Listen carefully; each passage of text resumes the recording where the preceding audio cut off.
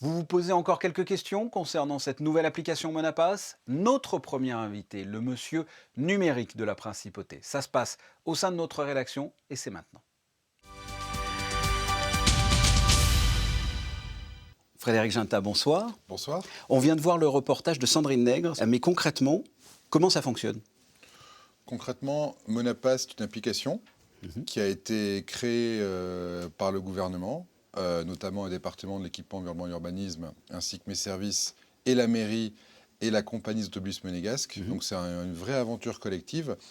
Et cette application, elle permet, depuis son smartphone, d'utiliser aujourd'hui les moyens de mobilité monégasques, le mhm, bus, mhm, Monabike, les stationnements de voirie, d'ici la fin de l'année, Mobi, mhm.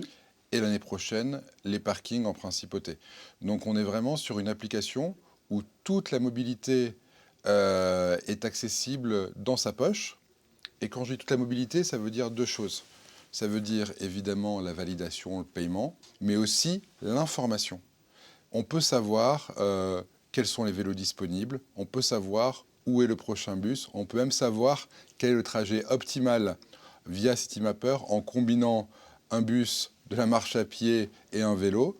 Donc quelque part, c'est toute la mobilité de la principauté dans la poche de l'habitant, du résident ou du pendulaire.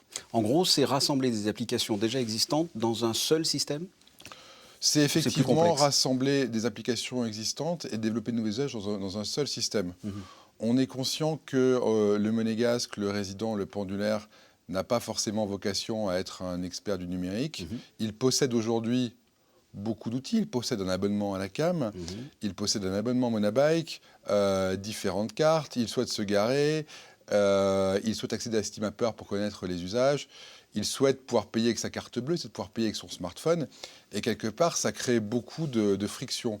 Nous, l'ambition, notamment dans le programme Excellier de Monaco, c'est d'offrir une expérience exceptionnelle de mobilité à Monaco, et donc avec cette application, la personne n'est plus à se soucier de savoir si c'est un bus, un vélo, un stationnement, n'est plus à se soucier de savoir si la carte bleue est dans la poche, Mhm. n'est plus à se soucier de savoir si le vélo est en bas et disponible ou pas. Tout est dans l'application, tout est enregistré, et avec son smartphone, on peut se balader en principauté et quelque part favoriser une mobilité douce. D'un point de vue très pratique, j'ai déjà des applications dont vous avez parlé hein, sur mon téléphone, Monabike, Pay by Phone par exemple. Je fais quoi de ces applications? Je les jette ou comment je pratique pour utiliser Monapass par rapport à vos applications que j'ai déjà? Or, il n'y a pas à les jeter. Vous pouvez complètement continuer à les utiliser de la même Mhm. façon.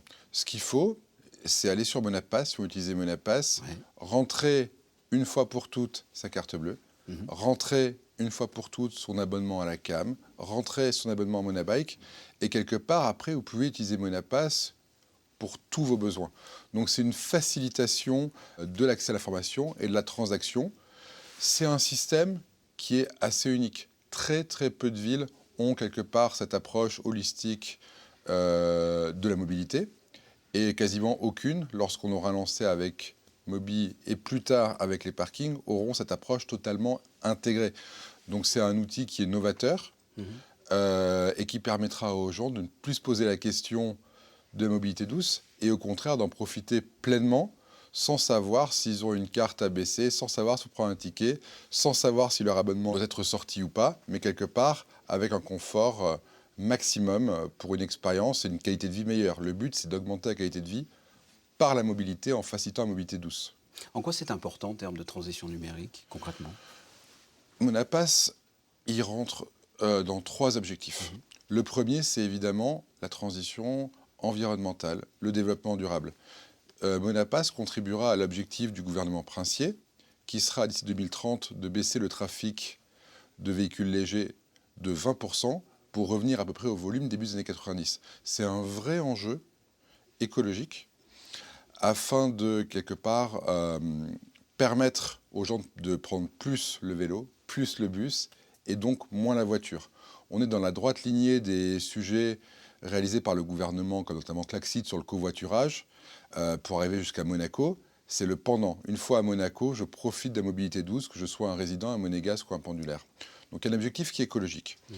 Il y a un objectif évidemment qui est numérique, qui s'inscrit dans permettre aux gens de la principauté d'avoir les meilleurs outils numériques, d'avoir des choses qui ne sont pas disponibles ailleurs, d'avoir dans sa poche un outil de mobilité qui est très novateur, très performant. Et enfin, en termes de qualité de vie, on s'est mis à la place de l'usager et on s'est dit qu'est-ce qui est le plus facile pour lui ou pour elle. Et donc, quelque part, avoir toutes les informations, les transactions, sans besoin d'utiliser aucune autre carte, est la meilleure expérience. Donc, soit sur l'ambition environnementale, la nécessité de la transition numérique, et enfin, ce qu'on souhaite sur la qualité de vie, Monapass est pour nous un pas de plus dans la bonne direction de ce que souhaite faire le gouvernement princier. La suite, l'avenir, est-ce que Monapass sera évolutif? Monapass sera évolutif. On a parlé de Mobi, on a parlé des parkings. On peut tout à fait imaginer demain travailler sur des sujets de culture, sur des sujets sportifs. La carte bleue est déjà disponible. Donc on parle d'achat de tickets, par exemple. On parle d'achat de places, tickets, oui. effectivement. On parle d'achat de places qui sont en fait des billets. On est sur une logique de billettique. Comme aujourd'hui, vous achetez un ticket de bus. Demain, vous pouvez très bien acheter un ticket pour un événement à Monaco. Et Monaco ne manque pas d'événements. C'est un des axes forts de la principauté en termes d'attractivité. Et quelque part, Monapass permettrait de faciliter, encore une fois sans friction, l'utilisation et le fait de pouvoir bénéficier des outils culturels, des outils sportifs. Et donc, quelque part, on réfléchit à la suite pour que la vie des Monégasques, des résidents, soit plus facile dans leur approche de la consommation de culture, de sport, comme ça l'est aujourd'hui pour tout ce qui est la mobilité. Frédéric Ginta, merci d'avoir répondu à mes questions. Merci beaucoup.